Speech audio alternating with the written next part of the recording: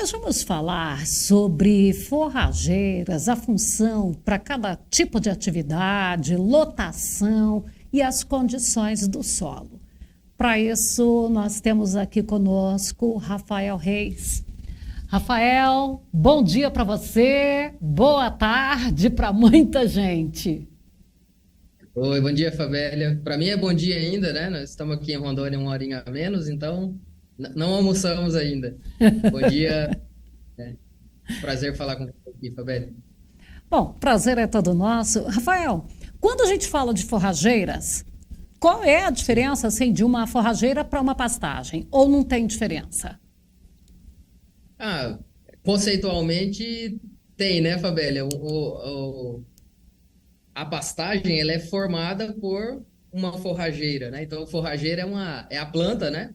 Uma planta que nós usamos para a produção de forragem. Então, exemplo, né? O braquiarão, o marandu, o mombaça, né? O zuri são plantas forrageiras, né? E quando a gente forma uma área, né, que tem o pasto, tem cerca, tem bebedouro e tudo mais, aí nós temos uma pastagem, né? Bom, mas tem a situação, agora estou fazendo uma pergunta aqui de bem leigo mesmo, mas tem alguma situação de uma forrageira não ser para pastagem a utilidade dela? Tem, com certeza, né? Vou citar um exemplo bastante atual.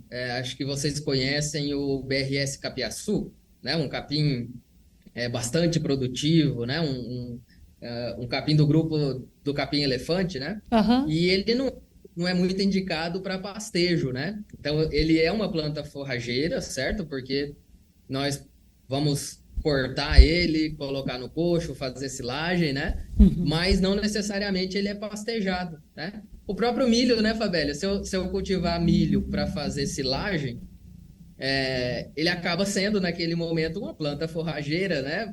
Mais ou menos, porque eu vou usar para a produção de um alimento volumoso para os animais, né? E não necessariamente ele vai ser pastejado, né? E quando a gente vai falar do pastejo, quais são ali os critérios que eu preciso ficar atenta? Legal. Bom, Fabélia, quando a gente vai escolher, né, ou definir quais são as forrageiras que a gente vai ter na propriedade para colocar em áreas de pastagens, o primeiro critério, né, decisivo para saber se eu coloco ou não a forrageira é fazer uma análise criteriosa, né? Em geral, é legal ter o acompanhamento técnico, né, de um engenheiro agrônomo, de um zootecnista, para que faça o diagnóstico daquela área. E aí a gente está falando em a condição de clima, de regime de chuvas, a condição de solo, né, na parte química, de fertilidade, e também da topografia. Esse é o primeiro critério, tá? Porque com base nisso, a gente pode imaginar um grupo de plantas forrageiras que se adequa ou não àquela condição de clima, solo, de topografia. Eu acho que esse é o primeiro, vamos dizer assim, é a primeira régua de corte, né? Depois disso, Fabélia, aí nós vamos para os interesses, né, que o pecuarista tem com as forrageiras, né? Então, ele vai conseguir ter um sistema com rotação dos animais em piquetes, aí a gente vai para um grupo, né, que pode ter uma produção muito grande, mas um grupo de forrageiras de alta produção, mas que dependem desse manejo mais minucioso, mais cuidadoso, né? Esses capins mais altos, né? Mombaça, Paredão, Zuri, Quênia, Miyagi, né? São exemplos. Agora, se o produtor, às vezes, vai ter áreas mais extensas, é mais difícil de rodar o gado dentro desses piquetes, né? Então, tem um período de ocupação maior nos piquetes, talvez a gente vá optar por forrageiras que sejam mais dóceis no manejo, certo? Que sejam menos agressivas ou mais flexíveis. E aí as braquiárias, em geral, elas, né, se adequam bem, porque elas não têm o porte muito alto, elas conseguem se adaptar com a presença mais persistente dos animais. Então, eu acho que esses dois fatores, Fabiana, eles são assim os mais importantes, tá? Os mais importantes nessa definição. E tem algumas outras coisas também que a gente precisa verificar, né? A procedência da empresa, não é isso? Que disponibiliza aquele cultivar, questão de assistência técnica, né? Entre outras coisas. Bom, então nesse caso aí você está falando aí da disponibilidade aí da segurança da empresa, também viria aí com certeza aquela questão de mistura na semente, né? Que de repente eu vou sementear uma determinada planta e vem com muitas outras, inclusive com plantas daninhas resistentes. Mas aí quando você falou, especialmente dessa questão dos piquetes, seria importante ali que eu tivesse atenta também com se é gado leiteiro, gado de corte, se é um ovino, caprino, tudo isso aí? Sim, também, Fabélia, o tipo de animal, né? E aí a gente fala mesmo de espécie animal, né?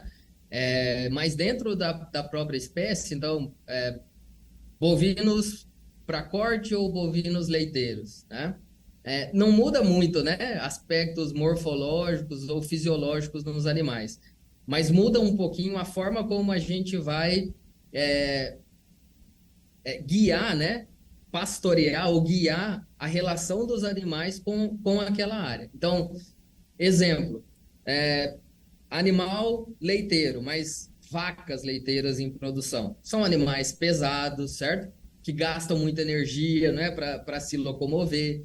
Esse gasto de energia reflete, né, ou pode refletir em redução na produção de leite. É muito diferente de uma bezerra também leiteira, que eu estou preparando, né, para emprenhar, para ser uma novilha que vai repor o meu próprio plantel. Então, dentro do mesmo tipo ali, tem animais com hábitos diferentes. Então, para aquela vaca leiteira, é legal que você tenha ali, né? Vamos imaginar assim, que ela possa sentar na mesa e ter o prato de comida com tudo que ela precisa bem ali na boca dela para ela gastar menos energia e comer o melhor possível.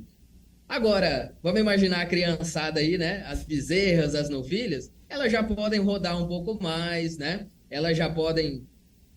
Eu não tenho aquela demanda dela produzir. O que ela fizer hoje impacta no leite que ela vai produzir amanhã, né? E isso também nos leva a pensar no tipo de capim que mais se adequa para cada um desses animais, tá? E a mesma coisa, a mesma lógica vale para gado de corte, né? Então você tem recria, você tem vacas, né? Vacas leiteiras que estão acompanhadas, desculpa, vacas matrizes, Nelore, que pariram e vão ficar acompanhadas com o bezerro por um tempo, né? Essas vacas precisam de um capim, né, com a qualidade às vezes superior, né? Então, assim, a gente também pensa nessa adequação, mas é mais gritante, Fabélia, quando a gente muda de espécie. Então, ovinos, né? Ovinos, eles... o hábito deles de aprender a forragem é diferente, né? Enquanto o bovino, né? Isso aqui, a folha aqui é a boca do bovino. Ele abraça aqui, né, com a língua e puxa, né? É assim que ele não consegue cortar as folhas com o dente. O ovino já consegue, né? O ovino, ele consegue movimentar o lábio aqui, o maxilar, e morder, né? Então, ele tem um hábito diferente. Por isso que, para ovino, a gente tem que ter um cuidado, né? E colocar capins que tolerem né, essa relação com o animal. Então, a gente usa muito daquelas gramas, né? Grama seda, grama estrela, Sinodon, Tifton. São capins bem legais para ovinos, ou capins que conseguem manter o ponto de crescimento próximo do solo, e aí os ovinos vão pastejar ali e não vai comprometer a perenidade dessa forrageira. Poderíamos dizer que são forrageiras que têm uma condição radicular mais resistente? Também, elas precisam, nesse caso específico para ovinos, tem que ser plantas que, não que as outras não precisem, tá? Mas tem que ser plantas que, além de produzir aquela massa de cima que o animal vai consumir, tem que ser plantas que guardem muita reserva ali na base do colmo e nas raízes, para quando o ovino vier, e já é natural que ele vá quase eliminar a parte aérea da planta, ela consiga rebrotar. Por isso que, né, os Sinodons, o Tifton, essa grama estrela, se dá muito bem porque ela tem aqueles estolões, né? Então, aquele caule aéreo que cresce assim rente ao solo e vai enraizando, né? Então isso faz com que essa planta consiga se recuperar Sobreviver. bem. Exatamente, sobreviver nessa condição. Bom, e aí quando a gente está ali, de repente se depara com alguma. Porque quais são as principais pragas que podem afetar as forrageiras? Olha, eu vou falar localmente aqui, né, Fabélia? Mas isso talvez vale para outras regiões do país. Aí no Centro-Oeste a gente tem, né, uma condição semelhante até a nossa aqui. É, acredito que a principal praga são as cigarrinhas, né? As cigarrinhas das pastagens. Hoje não, né? Existem três espécies, né? A Marranarva fimbriolata, a Deois flavopicta e Deois incompleta e a Notozulia entreriana. Essas quatro espécies são as mais frequentes. E elas costumam causar problemas em várias regiões do país. Mas a gente já tem alguns relatos aqui na região também de percevejo, o percevejo castanho também causando danos em pastagens. Aquele, né, que Fedido? a gente, a gente chama de Maria Fedida, né? Quem é mais antigo aí deve lembrar. Também porque ele fica no solo, né? Então ele tem um dano nas raízes. E as lagartas, Fabélia, em áreas, principalmente áreas até próximas a lavouras e tudo mais, algumas lagartas que no início da formação do pasto elas podem atacar, ou às vezes até a gente já viu aqui pastos assim bonitos, bem formados e vem uma leva de lagartas e 2, 3 dias praticamente desaparece as folhas, né? Aí o cuidado percebeu essa infestação, coloca o gado rápido para comer, né? Para não perder aquilo ali, e aí depois tenta entrar com um método de controle, né? Rafael, só para a gente encerrar aqui, você está em Colorado do Oeste, né? Você é pesquisador, professor no IF.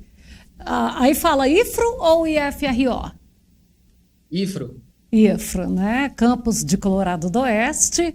E você está em câmera escura, o que é isso?